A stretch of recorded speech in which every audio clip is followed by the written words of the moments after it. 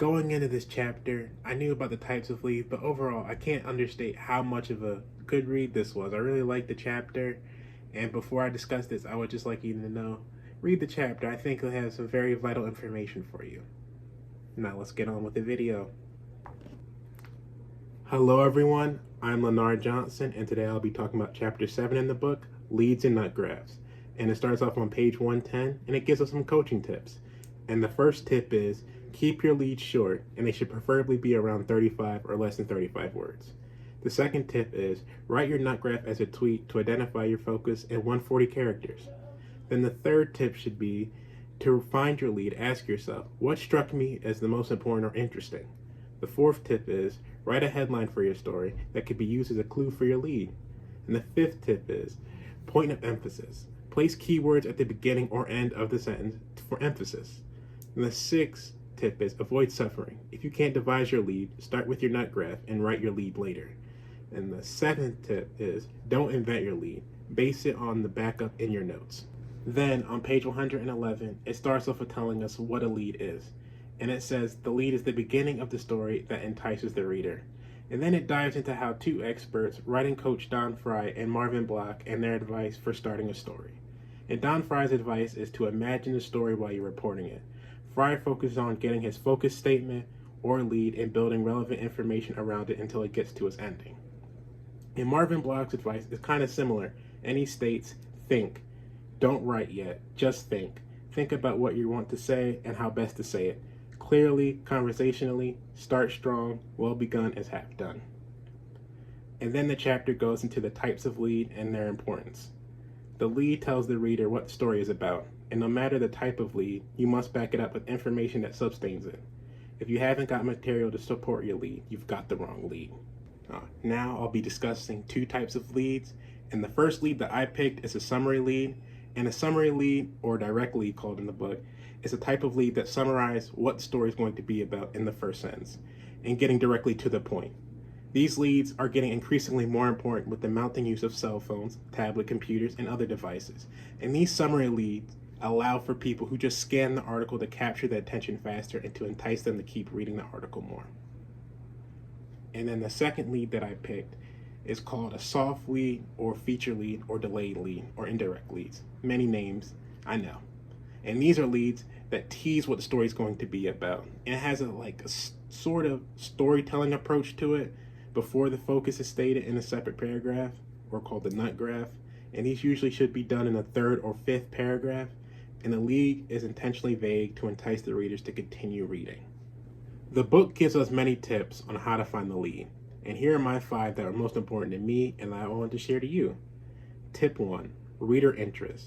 What did you or would the reader find most interesting about this subject? Tip 2, memorable item. What was the most memorable impression or face? Tip 3, focus on a person. Is there someone who exemplifies the problem or issue? If you tell a story about this person or show the person in action, will it lead to the point in the nut graph? Tip 4, descriptive approach. Will a description of the scene relate to the focus? And tip 5, mystery approach. Can you tease the reader with a surprise that leads to the nut graph? Now, the book goes into many types of leads. In this section, I'll be talking about hard news type leads. And the first hard news leads type that I picked is updated lead. And this is a type of lead that is often referred to as a first day lead, as if readers were hearing the news for the first time. And because of television and online news sites that require immediacy, these leads are usually updated by advancing the story to the next step. And then another type of hard news lead I picked is impact lead. And this lead explains how the reader and viewers will be affected by an issue. And it answers the question, so what? What does this news matter to a reader? And impact leads can be written in a hard news summary form or in a soft lead. And the information you give must be factual. It cannot be up for your interpretation. Now, I will be talking about soft news leads, and there's so many of them to talk about, but I picked just 3 for this section. And the first one I picked is descriptive leads. And descriptive leads are a type of lead that describe a person, place, or event. It's like the description focus on a person lead, but it doesn't have to focus on a person who was one of many, and it also can be used for news or feature stories. The second one I'll be talking about is anecdotal leads, And this is a type of lead that starts with a story about a person or an event. In a sense, all soft leads are anecdotal because they are storytelling approaches, and many combine descriptive and anecdotal techniques. And the last one I'll be talking about is the narrative lead. And the narrative lead tells a story with enough dramatic action for readers to feel as they're fully witnessing the event as it happens. And this lead uses all the techniques of fiction, including dialogue, scene setting, and foreshadowing. And it gives the reader clues of what will happen. Reading chapter 7, it was a very good read. Also realizing how many leads there were, that was a big shock to me. I know we talked about them in class, but just seeing them and reading it, how many leads there were, it was a bit of a shock, I can't lie to you. But I realized they're important as well. The book does a very good job about that, and I like reading the examples they show in the book about how they give a certain example and where the specific lead is for that example as well, and to show what's right with it and what's wrong with it, and the importance of writing the leads for their certain publications, how some are better online, some are better in print, some are better in broadcast. So I feel like realizing and reading all that really will help me for this next quiz, and also help me writing my story for whatever I pick in the online news and radio. So I feel like reading this chapter will help with that a lot.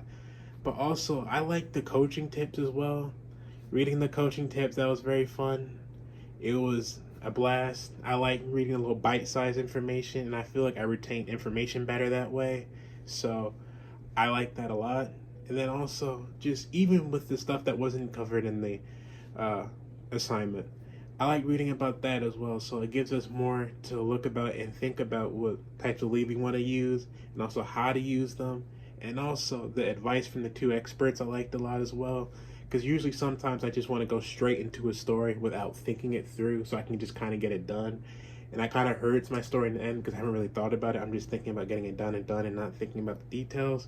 So I really just like that it says you should think about while you're reporting it instead of just trying to get it done real quick. So I feel like that advice is very helpful for me.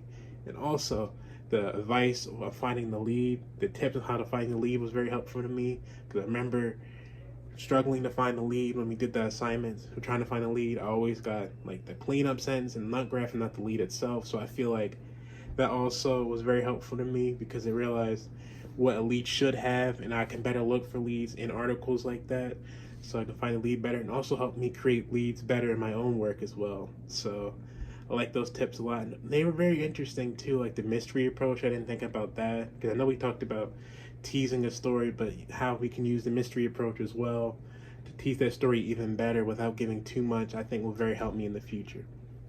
But also, I think the learning about all the leads in general was so helpful to me, because you learn about the descriptive leads, feature leads, narrative leads.